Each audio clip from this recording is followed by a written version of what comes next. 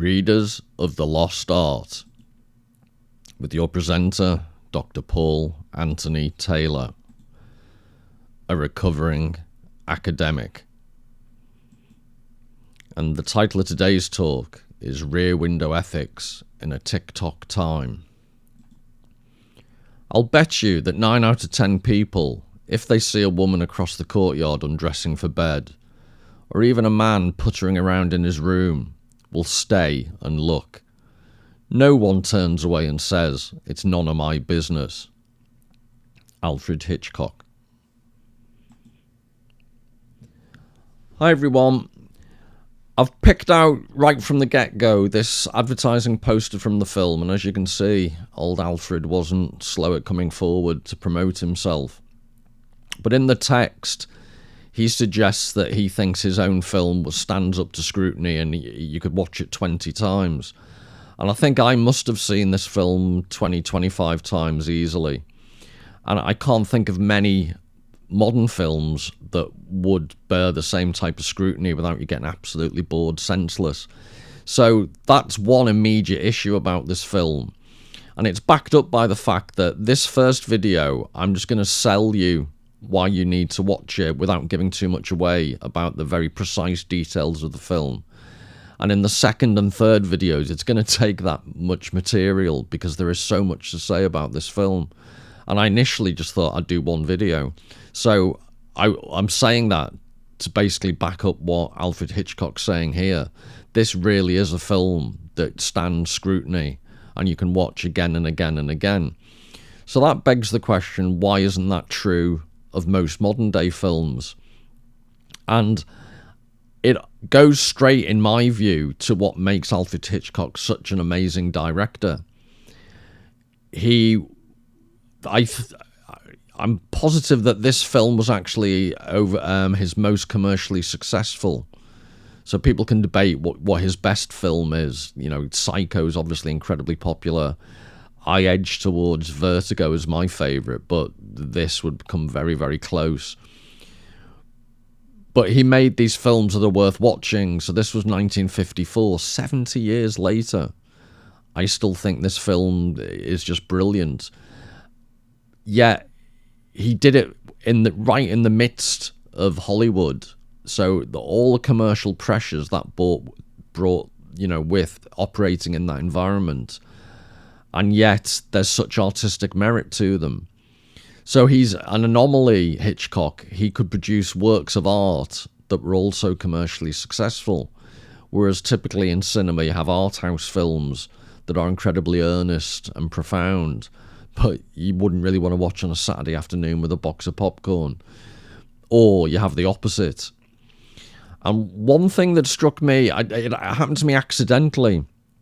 It's no longer true because my TV setup is different. But there was a stage where if I left my television on in the living room and then went into the kitchen, it was geared up on a cable system. And after a while, it would close itself off and mainstream TV would come on. So if, for example, I was watching, any cable channel, any movie channel, YouTube, whatever, it would switch off, and then invariably, I must have left it on a particular channel where there were often Hollywood films. So I'm in the kitchen, and the telly, all you would hear is the soundtrack to a Hollywood movie, and it's almost oppressively unlistenable to. It was the staccato car chases, fight scenes, gun noises. So it's when you divorce yourself, when I took myself out of the actual environment, you're not actually paying attention to the film, you actually, ironically, got a much stronger sense of how aggressive and how ridiculously fast-paced a contemporary film, mainstream Hollywood film tends to be. Now, Rear Window isn't fast-paced. So I'm guessing it's about an hour and 45, an hour and 50 minutes-ish. And I'm also guessing that for a lot of contemporary audiences, it might go quite slowly. And I would suggest that's because it's psychologically quite deep. The special effects by modern standards are, quite embarrassingly bad, but it was a film of its time. You can't blame Hitchcock for that. And in lots of ways, it's a technically brilliant film because they built the whole set. They recreated this courtyard in the Paramount studio. And I think it was the most expensive set at that time that had ever been produced. I'm sure Waterworld or whatever would knock that out the park. But at the time, it was a very expensive production. And it was just cleverly, I'll show you some, illustrations of how cleverly done it was. So this is all by way of introduction to suggest that I'd argue quite strongly there's often a big difference between a work of art and a commodity. And just to reiterate, I think what Hitchcock does brilliantly is manage to merge the two. So to have this level of complexity in a film and still have the great unwashed, the hoi polloi, go and spend a fortune to watch it and keep the Hollywood executives happy, that is a skill that not many directors, I don't think, have ever had. And this is just I'll show you some still images, and like I say, I don't want to ruin or give any plot spoilers. I don't want to ruin the film by showing you too much. The second video I do, I aim to show you the peeping Tom, the voyeuristic elements of the film. And in the third video, I want to explore what it says about the psychological nuances of the relationship between the protagonist, James Stewart, who plays the role of L.B. Jeffries, and Grace Kelly, who plays the role of Lisa, his girlfriend. And there might be some overlap, because I've just tried to split it up. There's going to be 3 whole videos, because it is such a complex film. And hopefully, by breaking it down into, 3 parts, I'll do the whole film justice without overloading you. But this image is within the film, and it's Hitchcock himself is at the clock. And he had this, you can watch in nearly all his films, he placed himself within the film at certain points. And in this, I think it's just quite symbolic. He's the organizer. He's the one who winds up the clock, so to speak. He was the director, obviously, of the whole thing. But in this particular production, he was positioned behind the point of view of the main actor, who's trapped in a wheelchair looking out the rear window, hence the title of the film. And apparently he had shortwave radios, and the people on the other side of the courtyard that you'll see shortly, they had flesh-coloured radio. The radios were in flesh-coloured bandages attached to them, so they could hear his instructions from the other side. So, although by definition a director is in charge of a film set and they direct, who'd have thought? But in this, he was right behind the very fixed point of view that most of the film is based upon. So it really exaggerates this him being in control element. And then these are the opening credits. And one thing I'd say, it's 1954 the film was made. And I use this quotation from Marshall McLuhan probably too often, but quite a lot. And he refers to, Marshall McLuhan refers to how when you break the sound barrier, you can see the air being disturbed, or the air disturbance on the wing of a plane. And he uses this to argue that just as you're leaving one realm behind, you see the old realm properly for the first time. So in 1954, cinema was just about to be overtaken by TV. And Hitchcock kept with the times because he had a Alfred Hitchcock Presents, very popular TV series of short, I think they're about hour-long vignettes, self-contained TV dramas. So in 1954, arguably, some people would say this is his best film, but it's definitely one of his best films. And it mixes cinematic techniques with certain techniques from theatre, and it brings all this dramatic knowledge and expertise that Hitchcock had. And it also, I think, introduces on the other side of this screen, you'll see in a minute that the windows of the opposing apartments almost take on the identity of TV screens. And in 1954, they didn't have remote controls, but the way he does it, very prescient.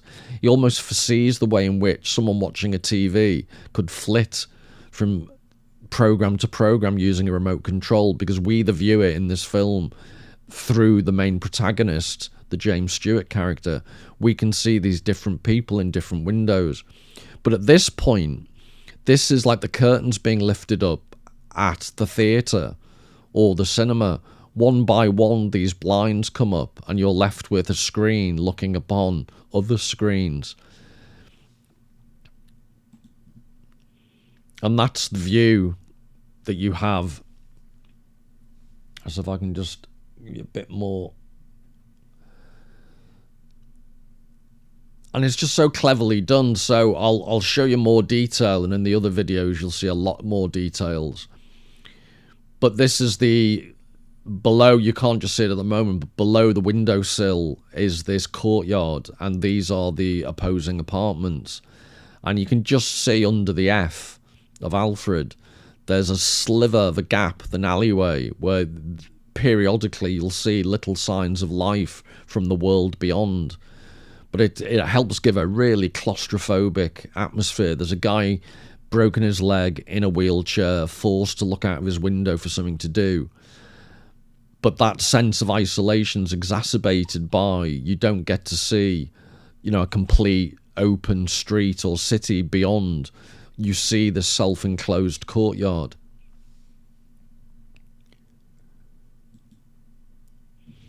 And part of my selling this film to you, I'd argue it's a film of our time. So this is Stella, who's the nurse for L.B. Jeffries, the James Stewart character, and she says that early on in the film, if you could only see yourself sitting around looking out of the window to fill time is one thing, but doing it the way you are with binoculars, and I'd suggest laptops nowadays, and wild opinions about every little thing you see is diseased. So in 1954, I repeat, 70 years ago, this very clear-talking Stella, who, talking about the theme of this being having comparisons being made to theatre, Stella to me represents almost the Greek chorus. She says very commonsensical things while L.B. Jeffries tends to over-intellectualize everything.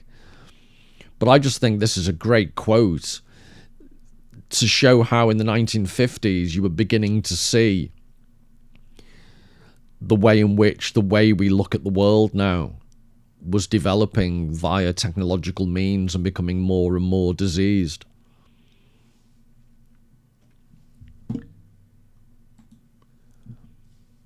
And then, as part of this early conversation, Jeff, the main protagonist, says, they can watch me like a bug under glass if they want to. And that made me think of, this is something you can buy if you want an ant colony of your own. But it's not a million miles from the little rooms that you see in the apartments opposite. It's the way Hitchcock has constructed the whole film. You're prying into other people's behaviour in an urban environment where people tend not to talk to each other. And that made me think of, it's called the Panopticon, and it was a prison designed by an English philosopher, political scientist, Jeremy Bentham, in 1791. I think he went to visit his brother in Russia, and he saw how prisoners were being controlled from a central site, and it gave him the idea for this. So the top is a cross section, and below it you've got a sense of it's a circular building, and the idea was you'd have a central observation post, and on the outside of the ring were all the cells, and they were backlit, which would silhouette the inhabitants. It was very difficult for them to get up to anything without you being able to see. And the other element was you never quite knew if you were being observed, because in the central observation post there would be often strong lights in your face. So A, the cells were lit up, B, you suspected you were being looked at but you didn't know for sure. So what it meant was 1 or 2 people in the central observation post could see all these prisoners. It was a highly effective way of keeping an eye on people and them not always knowing if they were being surveyed. And famously, in 1975, Michel Foucault, who I've mentioned before as the big bogeyman of everyone who thinks postmodern thinkers are the devil incarnate, it's a brilliant book, Discipline and Punish, The Birth of the Prison. And he, in the 1970s, he brought this notion back, and he applies it much more widely and argues that our society has adopted in the modern era elements of the panopticon. So this is a literal prison, as you can see, whereas what I'm asking you to think about in relation to the film Rear Window is the extent to which our whole society has become more like a panopticon. So this type of physical prison infrastructure, when you add digital technology to the whole recipe, it's a panopticon on steroids. And then I'll show you now, in the next slide, you'll see this is called the Presidio Modelo, which was a prison built in Cuba in 1926. And from memory, I think Fidel Castro was imprisoned in it. And then when he took over in the Cuban Revolution, he put lots of his political opponents in this prison. And I think he made the comment, or there's a quotation along the lines of, "History will absolve me." He was already getting ahead of the curve by saying that these people needed to go into prison, as most totalitarian regimes tend to. Eventually everyone ends up in the gulag in some shape or form. But this is it's obviously decrepit now, but this was the original, and I think it illustrates. You can see how the windows on the back of the cells provide backlight, so anyone in the central tower would be able to see the prisoners very, very easily.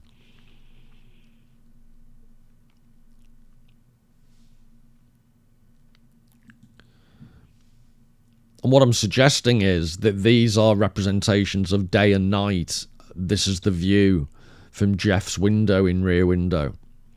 And I know it's not a perfect match, but I'm suggesting it's not a million miles from the panopticon idea.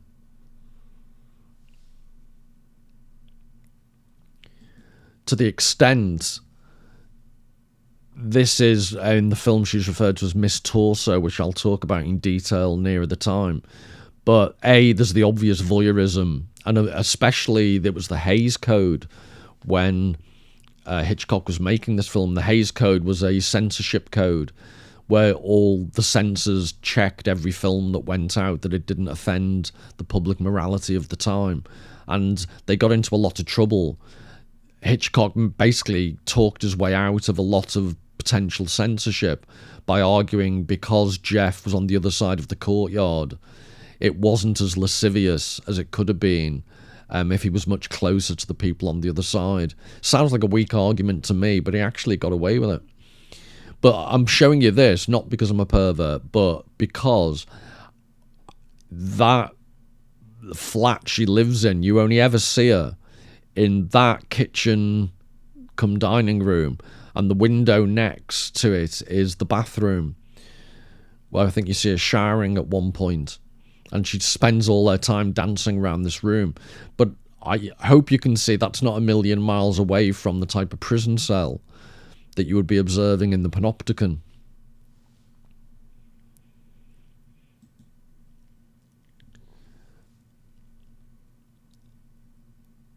The look of a moment in time before something has happened, or very often after it's happened, but never at the moment of happening, the penultimate moment. Now, this is a quote by a guy called Robert F. Boyle, and he was a production designer. He didn't work on Rear Window with Hitchcock, but I think he worked on 5 films that Hitchcock did. And he's describing, this is in relation to the painter, who I'll show some of his paintings in a second, Edward Hopper. And I couldn't resist the play on words with, if you're of my age, growing up in the 70s. In Britain, you had these things called space hoppers, which would probably be outlawed now because they were so dangerous. The number of kids who went flying off them into plate glass windows and doors and stuff while jumping around. They were huge inflatable things that you sat on and you'd play in the house and it was raining. But anyway, Boyle's describing the look of Edward Hopper paintings, and he's arguing that Hitchcock was influenced quite strongly by Hopper's paintings, and I'll give you, visual illustrations in a second.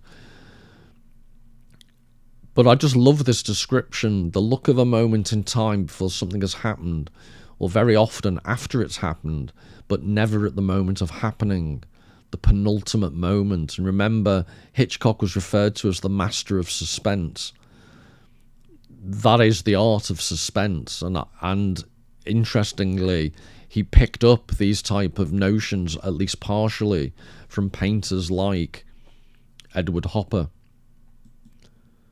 So in case you don't believe me, this was credited as the influence for the house. It might look familiar to you, but the dark house in Psycho.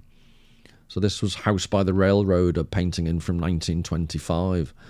And you'll see other examples of Hopper's work, but he does manage, this is an inanimate house, but there's something eerie, the way he manages to get, and it's a common theme in Hopper paintings, because he was all about modern loneliness and anomie, the existential dread of living in an urban environment, and windows just seem like these blank eyes in faces. And there is just something, Hitchcock got this idea and ran with it. And there you see the house from Psycho.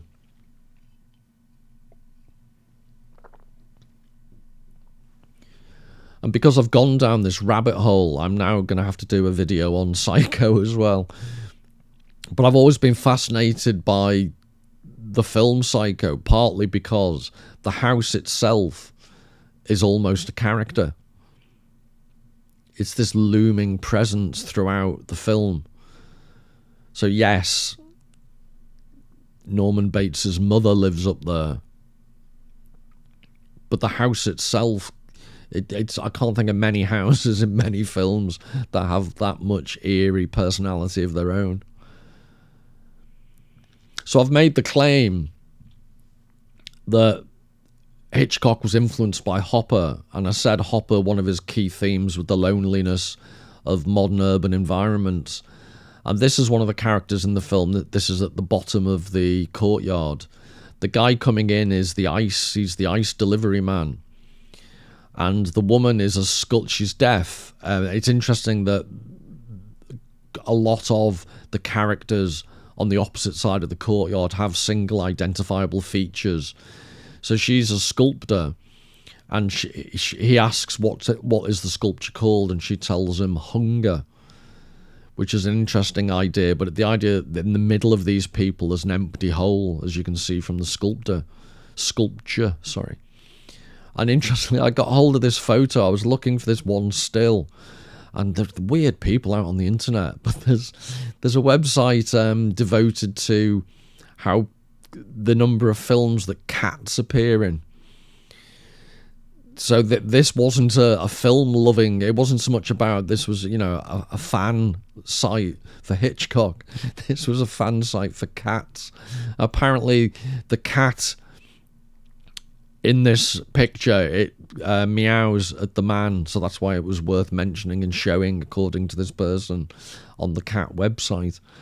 But it provides this still image of one of the key themes: hunger, loneliness, the emptiness at the heart of the people who are living in this apartment complex. And this is one of the characters who's a songwriter, the guy with the cup of tea. So everyone's drinking. It's a party that he's hosting. This is his apartment. And the song he's writing that he struggles with throughout the film, it almost provides a soundtrack for the film as it's being written. and at the very end, it all comes together. But look, the phrase, there's nowhere lonelier than in a crowd. And here he is on his own while everybody else is paired up and speaking to each other.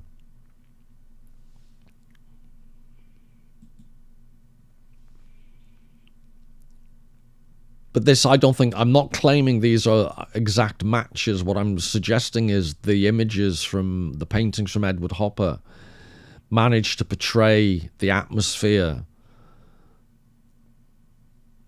of the time and of Hitchcock's film, what Hitchcock's also trying to portray.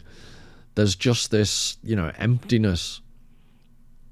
And it's not an exact copy, but the featureless nature of the building that the woman's looking at, and that's all she's doing. Unless she could have a book in her hands, I suppose. But you get the strong sense this is her just listlessly looking out of a window. And you can see the 3 blinds that aren't a million miles from the beginning of the film as they lifted up to reveal what was behind.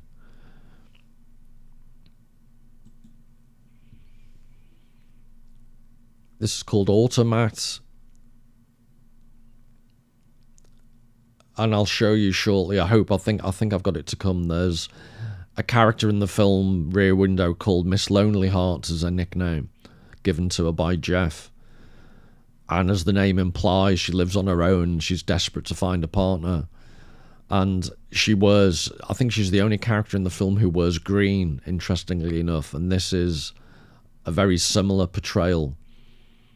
And I just love the way the lights, they're obviously they're being reflected in the window, but they're from the automat this woman's in. But they look like they're receding into the darkness of the night. It's like tram lines into this existential loneliness. It's it's just stunning the way he portrays this coldness of otherwise, well-populated areas.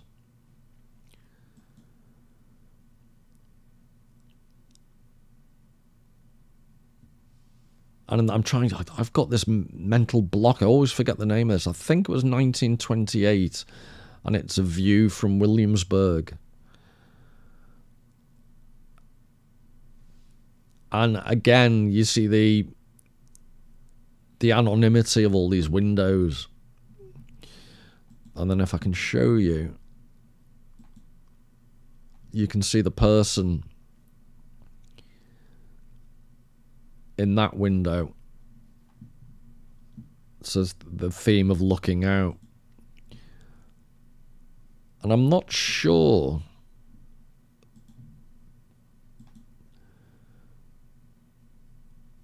but you can see to the right of the ladder, the staircase on the outside of the building. So it's 2.5 windows along from the left-hand side of the painting. There's a white. It could just be, I don't know, the bed or a chair, but it could also be a person. But it's quite ambiguous.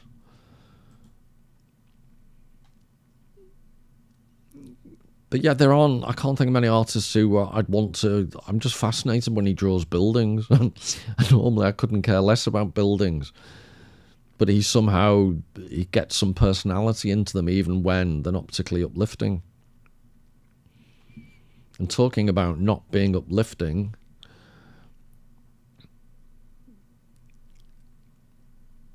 again, it's in a different context, but this isn't a million miles from the psychological atmosphere between the couple in Rear Window, at least for part of the film. And I'll be doing a video in future on Giorgio de Chirico. And this painting reminds me of some of the... de Chirico used yellow and bright sunlight in a really depressing way.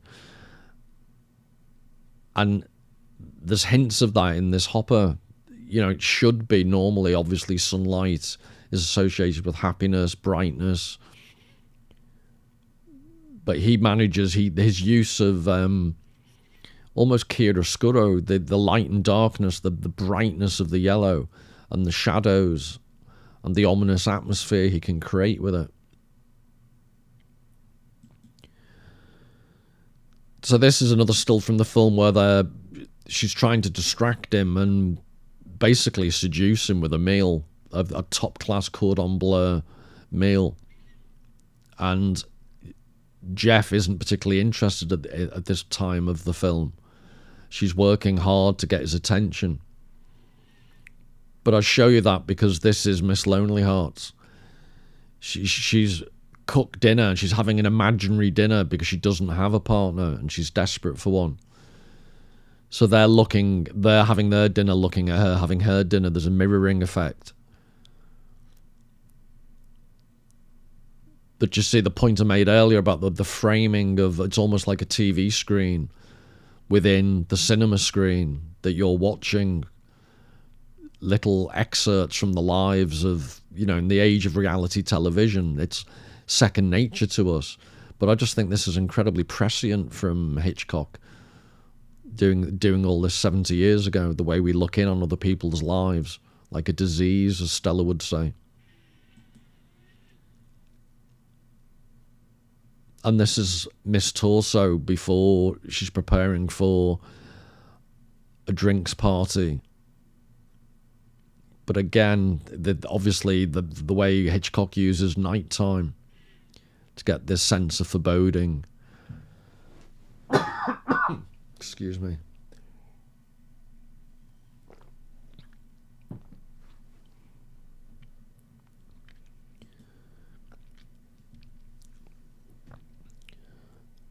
So that's quite a lot of images to show you, but now I've shown you some paintings, I've shown you some film stills, and now I always like to try and leaven things out with a bit of philosophy, and it doesn't come much more philosophical than Jean-Paul Sartre.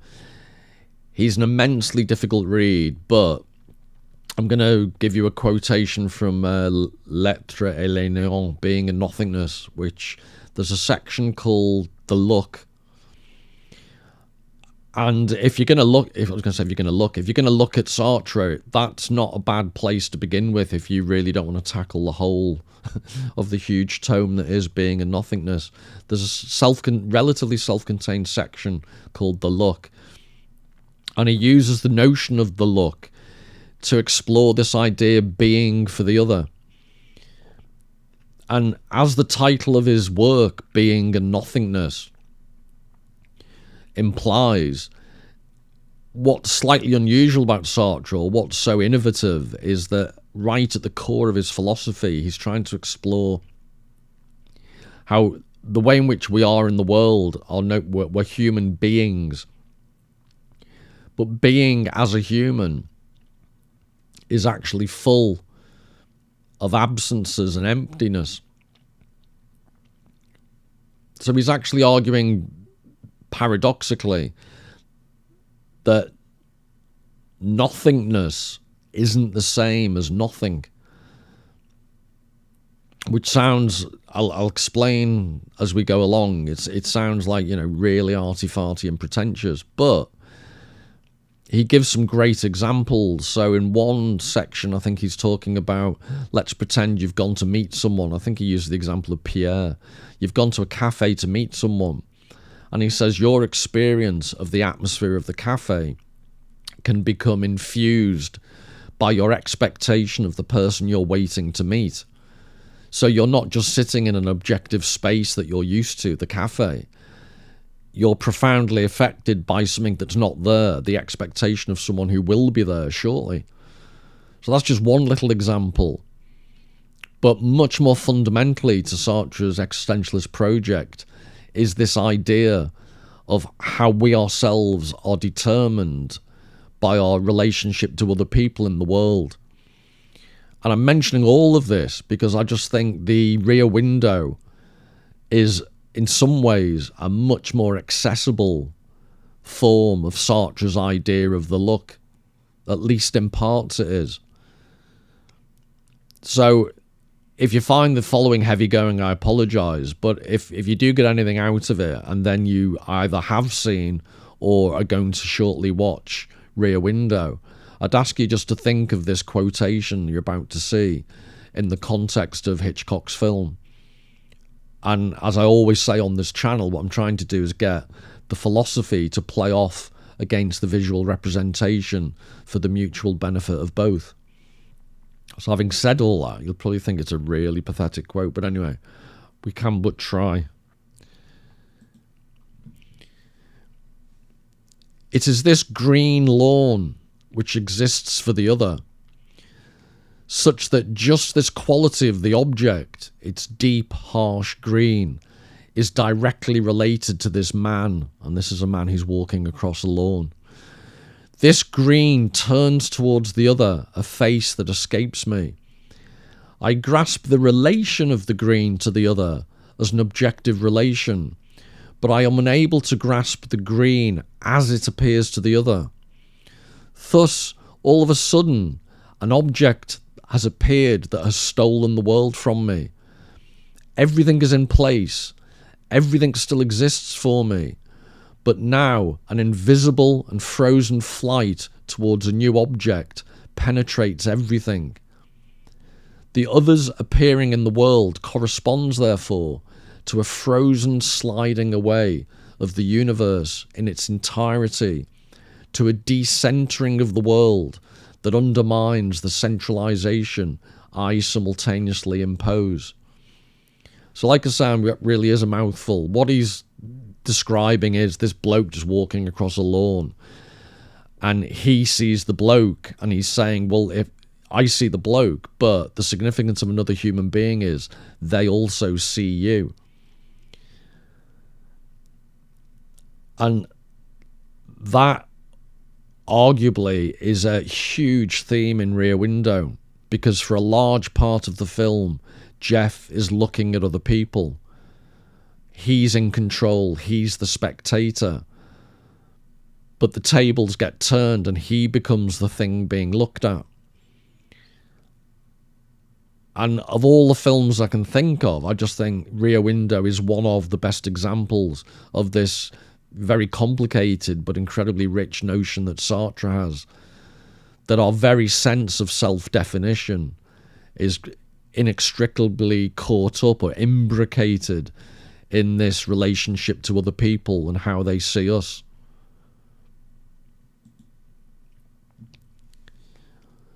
So he goes on, the other is not defined as the absence of a consciousness in relation to the body that I can see, but by the absence of the world that I perceive, right at the heart of my perceiving of this world.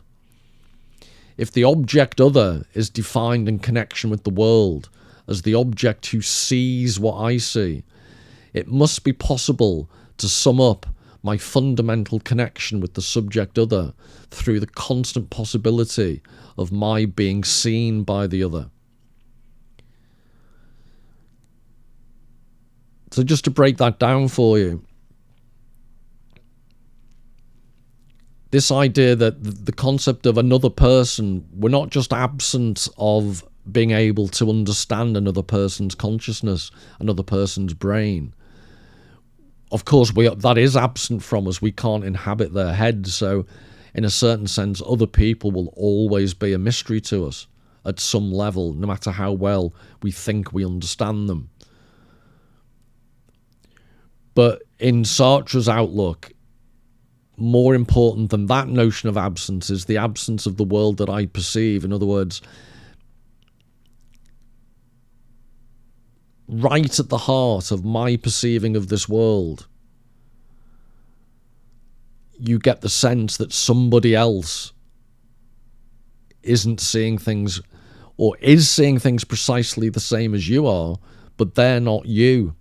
So there's almost like a hole in the world that's introduced because somebody else is in that world. And that somebody else, as he goes on to say, as the object who sees what I see, the constant possibility of my being seen by the other. So that other person introduces into the world this whole new dynamic. No one can be in complete control anymore. Their own subjectivity cannot help but be defined, at least partially, by how other people see the world itself and you in that world. So again, I apologize. It's complicated stuff, but I do encourage you to try and look at the film informed by this notion. And just to give a very practical, quick illustration, because I do understand it's wordy and abstract, but this is an illustration of one of the key characters looking back at Jeff for the first time. And that, what Hitchcock's exploring, is a relatively accessible form of what Sartre is describing in a much more philosophical way. So this guy is called in the film Thorwald. And a very famous, see if I can get the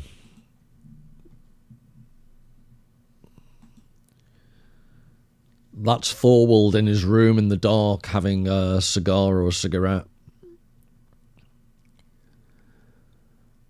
And what's interesting about this is, I encourage you, there's a guy called Todd McGowan who is a very gifted philosopher and studier of things like psychoanalysis, and he talks about the gaze, G-A-Z-E, and the point about the psychoanalytical concept of the gaze is it's not just like a look where you're looking at somebody else.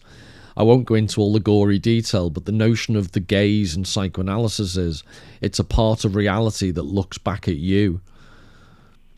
And this is a great example. It's just it's a bit like the windows, the lighted windows in the Psycho house, Norman Bates's house above the motel. All it is a light in the darkness, but the way it looks at you, it completely redefines how you see and feel about yourself.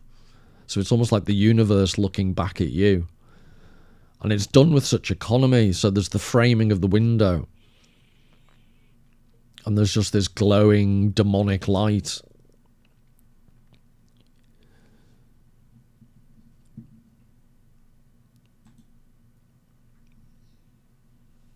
And again, you can see the way that demonic light, almost I think it might be a cigar. It's quite a large surface area in the original image that you saw. But you see above his head, there's almost a mirrored notion of the light that you previously saw.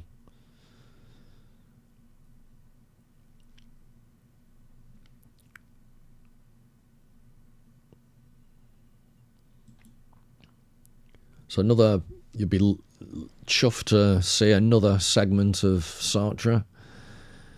We are unable to perceive and imagine at the same time. It must be either one or the other. We cannot perceive the world and apprehend at the same time a look that is directed on us. It must be either one or the other. That is because to perceive is to be looking, and to grasp a look is not to apprehend a look object within the world, unless the look is not directed at us, but to become conscious of being looked at. The look manifested by the eyes, whatever their nature, refers me purely to myself. What I grasp immediately when I hear the branches breaking behind me is not that someone is there, but that I am vulnerable, that I have a body that can be hurt, that I am occupying a place, and that I cannot in any circumstance escape from the space in which I am, defenseless. In short, that I am seen.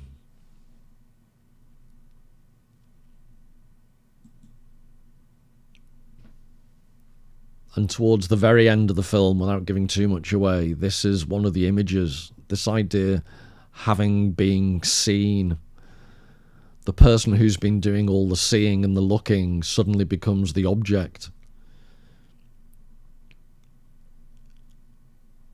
So what I hope to do in the next two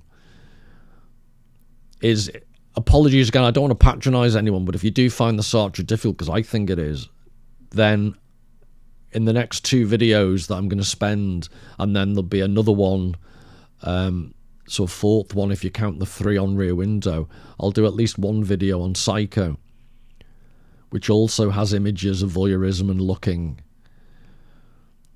But I hope through the Hopper painting, through the Hitchcock, through the Sartre, you get an idea of how, in the hands of a good artist or philosopher, what just seems to be as simple as looking, the act of looking, actually takes on just a whole other level of profundity.